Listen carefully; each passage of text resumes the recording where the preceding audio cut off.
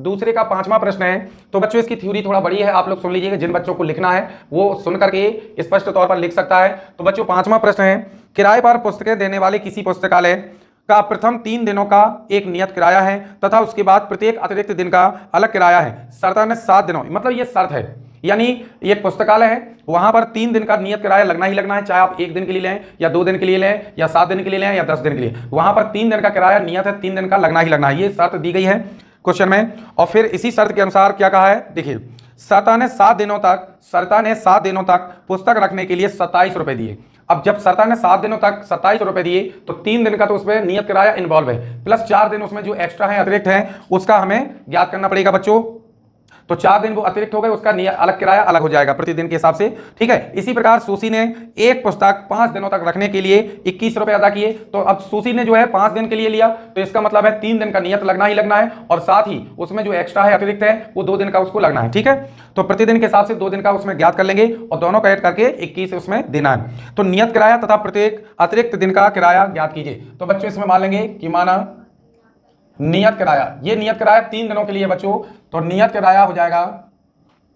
चलिए हमने 100 रुपए मान लिया इसको, तथा प्रत्येक अतिरिक्त दिन का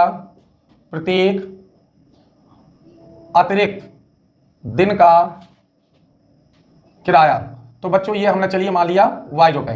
तो बच्चों अब हम क्या करेंगे, तो यहां पर आप देखेंगे नियत किराया ये तो इन्वॉल्व रहेगा। तो पहली शर्त के अनुसार शर्ता ने 7 दिनों के लिए किताब ली, मतलब किराए पर किताब ली, तो इसका मतलब है 3 दिन का जो नियत किराया है वो है x, तो 3 दिन इसमें इन्वॉल्व हो गए। अब बचे अतिरिक्त कितने बचे यहाँ पर 4, तो 1 दिन का जब y है, प्रत्येक का मतलब जब 1 दिन का हमने y माना है अतिरिक्त के रूप में, तो 4 दिन जो अतिरिक्त हो गए हैं, तो 4 दिन का 4y हो जाएगा, और बराबर कितना रुपया अदा किया, 27, समीकरण नंबर पहला।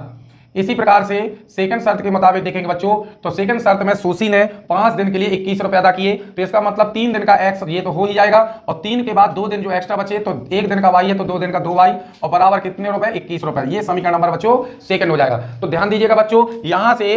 इस प्रकार से ये 2 समीकरण बन गए हैं। अब आप देखेंगे y के यहां पर पद देखेंगे, ये तो समान है नहीं है, और यहां पर देखेंगे x के पद ये समान है, मतलब x के गुणांक या पद कह लें बिल्कुल समान है, दोनों में एक एक x है। इसका मतलब हम x को खत्म करने का प्रयास करेंगे, x को काटने का प्रयास करेंगे, तो ये समान तो है लेकिन चिन्ह एक समान है तो नहीं कर सकते, इसलिए हमें घटाना पड़ेगा, क्योंकि एक पद धन का एक पद ऋण का होना चाहिए बच्चों। तो हम क्या करेंगे, चलिए हम समीकरण नंबर 1 से समीकरण नंबर 2 को घटा लेते हैं। तो यहां लिख देंगे घटाने पर, तो ये हो जाएगा आपका x + 4y बराबर 27 और x + 2y बराबर हो जाएगा 21। तो बच्चों अब हम क्या करेंगे, यहां से चिन्ह परिवर्तित कर लेंगे, घटाने पर चिन्ह बदल जाते हैं सभी पदों के। तो यहाँ 4y में से 2y, तो यहाँ पर हो जाएगा 2y, और 27 में से 21 जाएगा 6, तो y बराबर हो जाएगा 6/2, तो y बराबर हो जाएगा बच्चों 3। अब ये y का मान उठा के हम समीकरण किसी एक में रख देंगे, तो y का मान समीकरण नंबर 1 में रखने पर,